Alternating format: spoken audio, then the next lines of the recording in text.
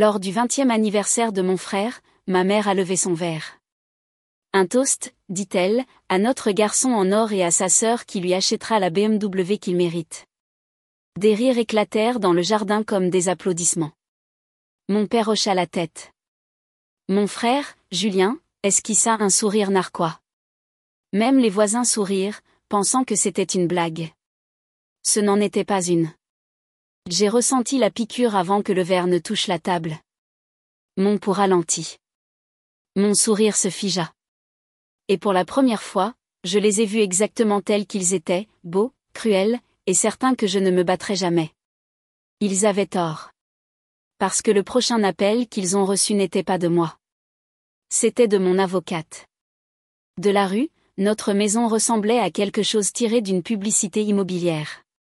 Mur blanc, étaillé, un drapeau qui flottait au vent comme il fallait. Des étrangers souriaient et disaient « Quelle charmante famille !» Ils ne voyaient pas le silence sous la peinture. Mon père, Jacques Dubois, dirigeait une entreprise de construction et croyait que les gens se brisaient de la même manière que les bâtiments, quand ils cessaient de suivre le plan. Il gérait nos vies comme des plans d'architecte. Chaque choix mesuré, chaque émotion contenue. Ma mère, Catherine, était la décoratrice de cette illusion. Elle parlait doucement, souriait magnifiquement et faisait passer la cruauté pour de l'attention. « Je ne veux que ce qu'il y a de mieux pour toi », disait-elle, juste avant de le décider pour moi. Mon frère Julien était le projet en or autour duquel il construisait tout. De son premier trophée de football à sa lettre d'acceptation universitaire, la maison tournait autour de ses victoires. Mon père l'appelait « l'héritage du bois ». Ma mère l'appelait « la raison pour laquelle nous travaillions si dur ». Ils n'ont jamais dit ce que j'étais, mais je comprenais que quelqu'un devait tenir le projecteur stable pendant qu'il se tenait dedans. Quand mon grand-père, Michel Gauthier, est décédé, il m'a laissé quelque chose qui ne rentrait pas dans leur plan, une fiducie personnelle. Ce n'était pas énorme, mais c'était la mienne. Libérée seulement quand j'atteindrais 24 ans ou plutôt si je faisais face à des difficultés. Grand-père m'avait murmuré une fois, la liberté a besoin d'un plan de secours. Je n'ai pas réalisé à quel point il avait raison.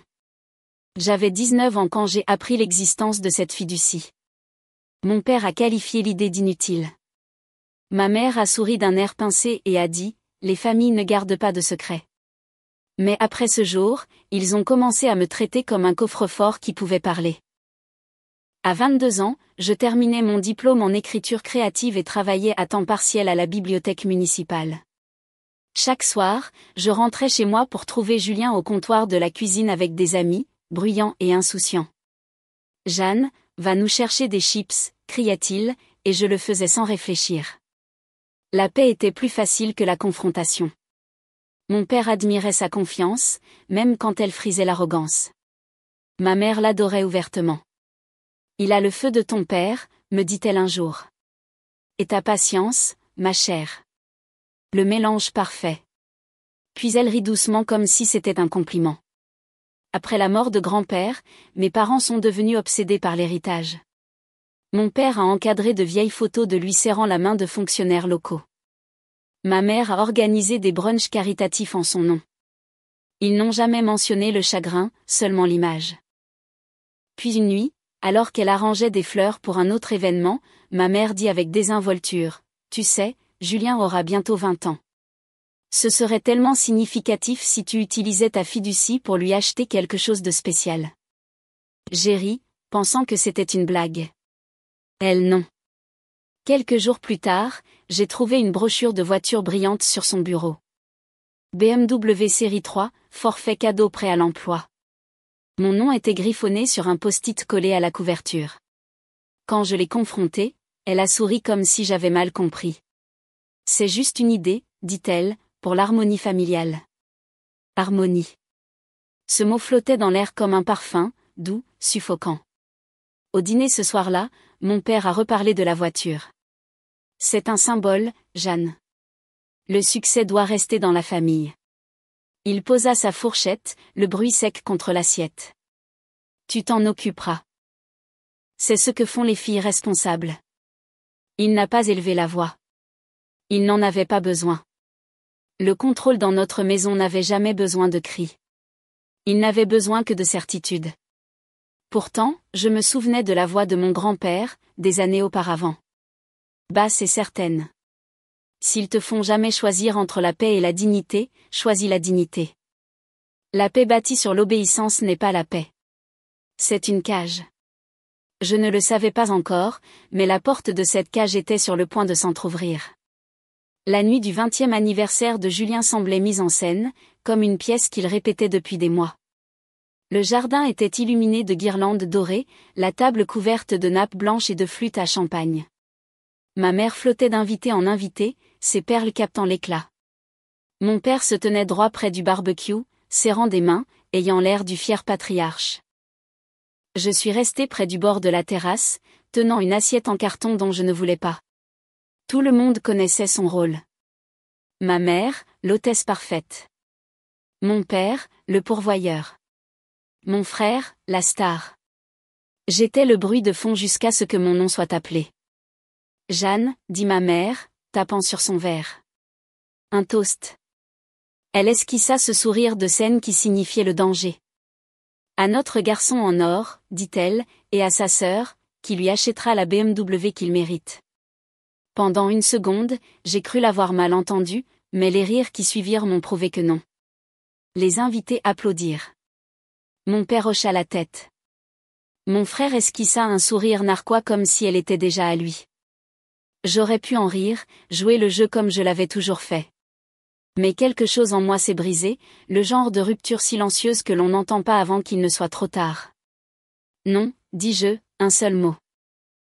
Le son disparut du monde. Même le vent sembla s'arrêter.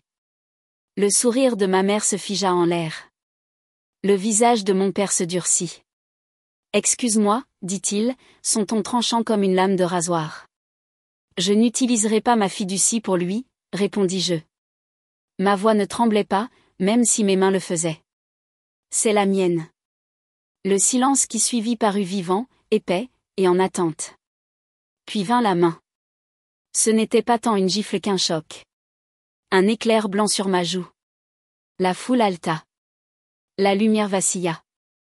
Le verre glissa de ma main et se brisa contre la pierre. Le sourire narquois de mon frère disparut. Ma mère siffla. Souris, Jeanne.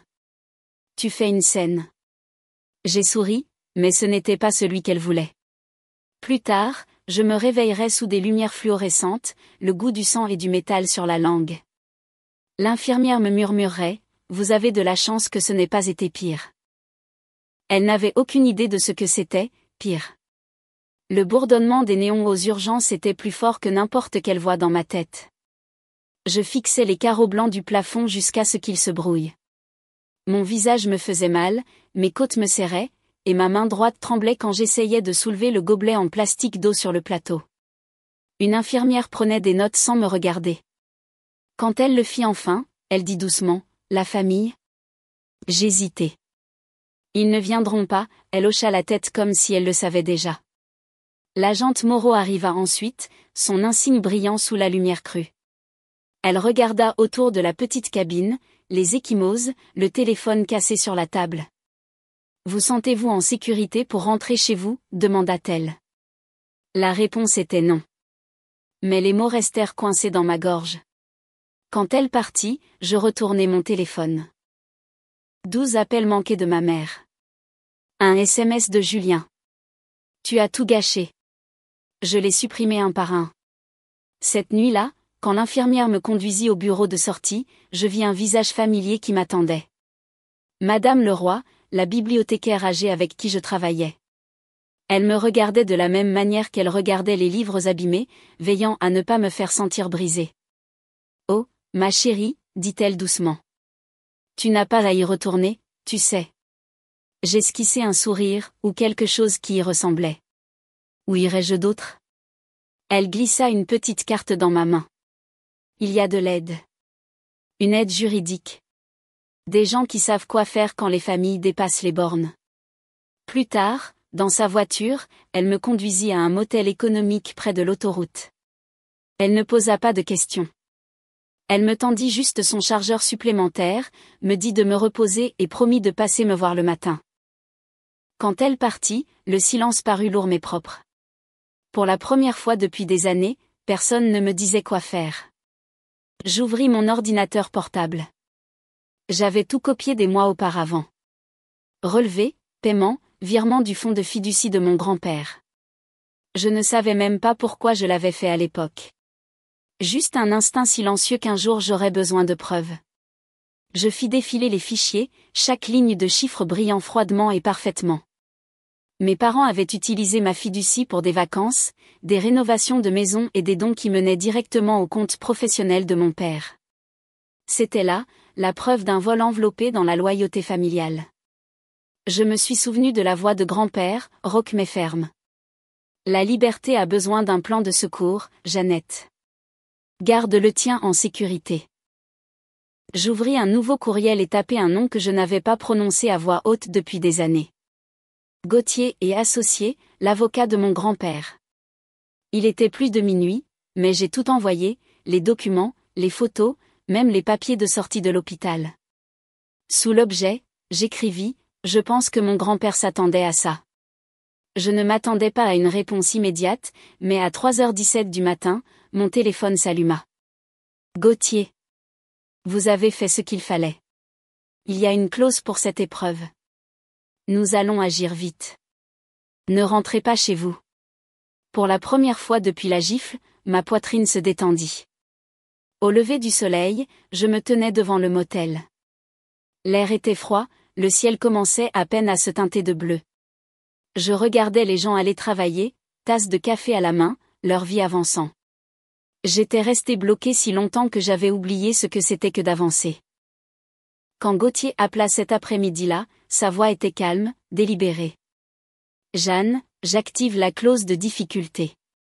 Elle vous transfère le contrôle total de la fiducie et gèle tout accès de vos parents. Je pressai le téléphone contre mon oreille. C'est légal. C'est ce que votre grand-père voulait. Il a dit qu'il l'avait mise là au cas où vous auriez besoin de protection contre eux. Protection ? Le mot me frappa plus fort que la gifle. En soirée, Gauthier avait obtenu une ordonnance restrictive temporaire. L'agente Moreau rappela, confirmant que les papiers étaient en cours. Vous avez une fenêtre de sécurité maintenant, dit-elle. Utilisez-la. J'ai passé cette nuit dans la salle de bain du motel à laver le sang de mes cheveux, le regardant tourbillonner dans le drain. Le miroir montrait une nouvelle personne. Fatiguée, oui, mais éveillée. Quand Madame Leroy m'apporta le petit déjeuner le lendemain matin, je lui racontai tout. Elle écouta sans m'interrompre, puis me serra la main. Tu fais quelque chose que la plupart des gens n'osent jamais faire, dit-elle. Tu traces une ligne. Cet après-midi-là, je signai le formulaire final. Gauthier envoya une demande d'exécution d'urgence du contrôle de la fiducie et de protection physique. Ma signature semblait plus ferme que ce que je ressentais. Il pensait que m'envoyer aux urgences me briserait. Il n'avait pas réalisé que ce serait l'endroit où j'apprendrais à me reconstruire. J'éteignis mon téléphone, fermai les stores du motel et murmurai dans le silence, cette fois, il ne décide pas de la suite. Le lendemain après-midi, la maison du bois était exactement la même, pelouse manucurée, clôture blanche, un drapeau flottant doucement dans la brise. On n'aurait jamais deviné qu'à l'intérieur, la famille parfaite se déménageait pour garder son histoire droite. Depuis la fenêtre du salon, le reflet de Jacques Dubois le fixait dans le verre. Contrôle des dégâts, marmonna-t-il. Nous dirons aux gens qu'elle a exagéré, émotionnelle, instable. Catherine se tenait près de la cheminée, serrant un mouchoir dont elle n'avait pas besoin. Et si quelqu'un poste des choses sur la fête, ce que les voisins ont vu ? Alors nous le nierons, coupa Jacques. Notre nom est toujours bon dans cette ville. Julien fit défiler son téléphone sur le canapé, la mâchoire serrée. Elle nous a fait passer pour des méchants, papa. Elle reviendra en rampant. Elle le fait toujours. Il avait tort, car juste à ce moment-là, la sonnette retentit. Catherine ajusta son pull, se composant avant d'ouvrir la porte. Elle se figea. Devant elle se tenait Jeanne, le visage calme, les cheveux tirés en arrière, un petit dossier à la main. À ses côtés se tenait un homme en costume gris foncé. Gauthier. Jeanne, dit sa mère doucement, presque de manière répétée. Tu aurais dû appeler. Je l'ai fait, répondit Jeanne. Vous avez raccroché.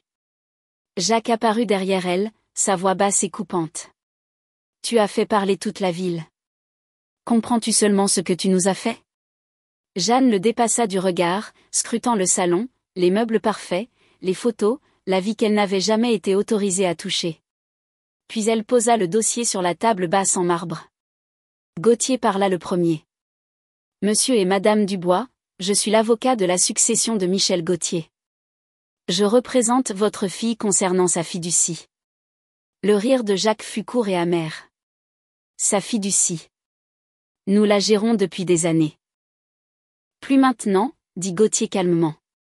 Il ouvrit le dossier et en sortit le document estampillé. En vertu de la clause de difficulté de la fiducie de Monsieur Gauthier, le contrôle total et la propriété ont été transférés à Mademoiselle Jeanne Dubois, avec effet immédiat. Vous n'avez plus accès ni autorité sur les comptes associés. Les mots planèrent dans l'air comme une sentence prononcée. Les mains de Catherine tremblaient. Vous ne pouvez pas juste. Jacques dit quelque chose. Le visage de Jacques devint rouge. C'est ridicule. Vous la manipulez. Gauthier ne sia pas, toutes les transactions effectuées sans son consentement sont en cours d'examen par le tribunal. L'utilisation abusive des actifs de la fiducie constitue un abus financier, une infraction grave. Julien se leva brusquement. Tu ne vas pas poursuivre tes propres parents, Jeanne. Jeanne se tourna vers lui, sa voix stable. Tu as utilisé la carte le mois dernier pour tes frais de scolarité. Ce n'était pas la tienne non plus. Il cligna des yeux. Papa a dit que c'était bon. Je sais, dit-elle. C'est le problème. Sa mère tenta un ton différent, doux et larmoyant. Ma chérie, s'il te plaît. Nous sommes une famille. Ne nous détruisons pas pour de l'argent. Jeanne la regarda, quelque chose de perçant mais de triste derrière ses yeux. Il n'a jamais été question d'argent. Il s'agit de choix. Vous ne m'en avez jamais laissé faire un. Gauthier tendit un autre papier, une ordonnance restrictive signée ce matin-là. Pour votre sécurité, Mademoiselle Dubois vivra séparément. Vous ne devez pas la contacter directement ou par l'intermédiaire de tiers. Catherine pâlit. Jacques recula en trébuchant dans le fauteuil. Le bruit du papier frappant la table résonna dans le silence. Ils devinrent blancs, pensera plus tard Jeanne. Non pas de choc, mais de se voir enfin sous la lumière qu'ils avaient toujours essayé de cacher. Tu nous as fait ça, dit Jacques, la voix tremblante d'une rage qui semblait soudain petite. Jeanne expira lentement et calmement. Non, vous vous êtes fait ça à vous-même. Elle ramassa son dossier, hocha la tête à Gauthier et se tourna vers la porte. Alors qu'elle sortait, la brise attrapa le bord de ses cheveux. Le soleil était vif, mais chaud, le genre de chaleur qui ne brûlait pas. À l'intérieur, les voix de ses parents montaient, colère, déni, peur, mais elles s'estompaient. Gauthier tenait la porte ouverte. « Vous allez bien ?» demanda-t-il. Jeanne sourit faiblement. Pour la première fois, oui. Il hocha la tête. Vous savez, votre grand-père aurait été fier.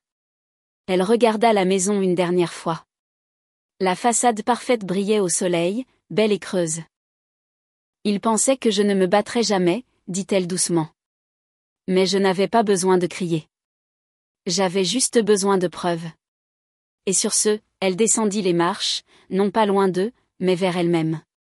Les semaines suivantes parurent irréelles, comme si je me réveillais d'un long et vif cauchemar et essayais de m'adapter à la lumière du jour. Mon nouvel appartement rue des Érables était petit, murs nus, meubles d'occasion. Mais chaque son à l'intérieur m'appartenait. Pas de pas arpentant derrière des portes closes. Pas de voix me rappelant de sourire. Juste le doux bourdonnement de la liberté. Chaque matin, la lumière du soleil rampait à travers les rideaux fins et peignait la pièce en or. Je faisais du café, m'asseyais près de la fenêtre et respirais l'odeur du pavé mouillé par la pluie. Pour la première fois, je ne ressentais pas le besoin de me presser nulle part. Il n'y avait plus de rôle à jouer. Les titres de journaux allèrent et vinrent. Propriétaire d'entreprises locales enquêtées pour utilisation abusive de fiducie. L'article ne mentionnait jamais de nom, mais tout le monde savait. Jacques Dubois prit un congé indéfini de son entreprise. Catherine se retira de ses clubs sociaux. Julien perdit sa bourse après que l'incident fut rendu public. Gauthier m'envoya l'avis final une semaine plus tard, confirmant que la fiducie était désormais uniquement à mon nom. Le papier parut lourd dans mes mains, non pas à cause de l'argent, mais à cause de ce qu'il symbolisait, la foi de mon grand-père enfin accomplie. J'ai pensé appeler Madame Leroy pour lui dire que j'étais en sécurité, mais quand j'ai décroché le téléphone, j'ai hésité. Certaines personnes vous sauvent juste en vous montrant la sortie. Vous n'avez pas à les entraîner dans ce qui suit. Au lieu de cela, j'ouvris un document vierge sur mon ordinateur portable. En haut, je tapais « Le prix du silence ». L'histoire ne parlait pas seulement d'eux. Elle parlait de moi et de toutes les personnes qui avaient un jour confondu l'obéissance avec la paix. Cette nuit-là, en regardant les lumières de la ville scintiller au-delà de ma fenêtre, je réalisais que je ne détestais plus ma famille. La haine était encore une sorte de lien, et j'étais enfin libre. Pendant des années, j'avais cru que le silence me rendait faible. Maintenant, il sonnait comme une force, le genre qui n'a pas besoin de témoins pour être réel. Je fermai mon ordinateur portable, pris une dernière gorgée de café froid et murmurai à la pièce vide, « C'est ça, la liberté. » Ils ont levé leur verre à mon obéissance. Maintenant, je lève le mien à ma liberté. Je ne vis plus dans cette maison, mais parfois, quand le vent change, j'entends encore des échos de cette nuit. Le cri, le verre qui se brise, le moment où j'ai enfin dit non. Ça ne fait plus mal comme avant. Ça me rappelle juste que chaque fin commence par une personne qui décide qu'elle en a assez. Je pensais que reprendre ma fiducie était une vengeance. Ce n'était pas le cas. C'était de la survie. C'était la preuve que la paix peut être plus forte que la douleur si vous arrêtez de vous excuser de la vouloir. Si on vous a déjà dit de vous taire, rappelez-vous que votre silence ne leur appartient pas. Parlez, marchez, reconstruisez, même si votre voix tremble. Et si cette histoire ressemble à la vôtre, racontez-la. Quelqu'un là-bas a besoin de savoir que c'est possible.